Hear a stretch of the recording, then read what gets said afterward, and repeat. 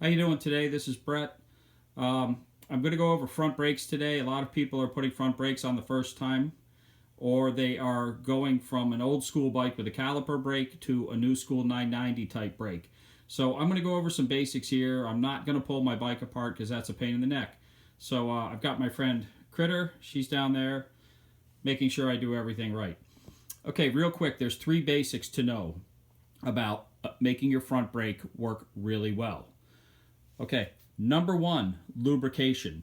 Everywhere metal touches metal, you want to have some kind of lubricant. Generally grease, inside the cable housing itself, tri-flow. Okay, grease the posts of the brake, of the fork, before you slide the brake on. This cable stop, I put a pinch of grease between my fingers, smear it on there. This stop, pinch of grease, smear it on there. The cable going across, pinch of grease, smear it on the wire of the cable. I do not want friction in there. Okay. Second thing, the brake themselves, the springs. If you look on one side, black. If you look on the other side, silver. On the Odyssey Evo 2, my favorite brake. Each spring is coiled a separate way. You have to make sure you have the springs on the correct side. All the spring does is pull the brake shoe away from the rim. That's it. It doesn't make your brake work better if you have a lot of spring tension. You want minimal tension so the brake is easy to pull. I'm a flatlander. I pull them 500 times a day. Minimal tension. The way you can tell if your spring is correct, when the spring is in the relaxed position, it should be pulling the brake away from the rim. With no tension on this bolt, it'll pull the brake away. Okay, moving up to the lever. Again, grease. I put a pinch of grease on the cable head, pinch of grease along the first inch or so of the wire, inch or two of the wire. So everything in there, eliminating friction.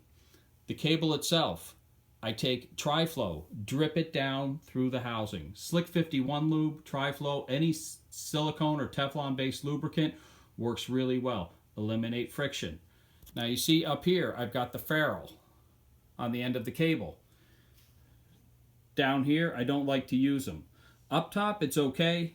Everything is nice and straight. Down here, where you've got the bend, you're coming in at a weird angle. If you put the ferrule in, that's just more friction for the wire to rub against the little chrome ferrule on the end of your cable. Get rid of it.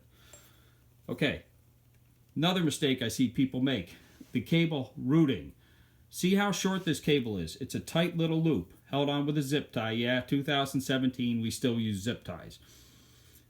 But if your fork has a cable guide here or one down here, don't use them. It puts the cable at a weird angle, a big kink, creates friction, creates drag on your cable. Your brake's going to feel like crap. Old school brakes had the cable down here. They had the cable going through the inside. You can't do that with a 990 brake. You want it on the outside. It's uptight. It's not really in the way. Trust me, I'm a flatlander. My foot's in this area all the time. I'm not breaking zip ties. I'm not screwing up my cable. It's fine. So, the secrets to the brake. Lubricant, cable length, spring tension. Last of all, the brake shoes, the toe-in. You know, to toe in a brake, the front of the brake shoe should hit first. Now, if you're going from caliper brakes to a 990 style brake, you are not used to that. They're going to be way more powerful. So one thing you can do is adjust the toe-in. If that is a normal toe-in and it's grabbing too hard, adjust the toe-in like that. You might only have 40% of the brake shoe hitting the rim, but that way you can feather it for flatland. Some people like their brakes to feel like an on and off switch. Some people like them to slide a little bit to feather for flatland. You can adjust the toe-in of the brake shoe, and that will help your brake work properly. Those are the main keys to dialing in a front brake. If you have any questions, please feel free to send them in to the YouTube channel. I will check back on that. We'll get you all set. Most importantly, go out, have fun, and ride on.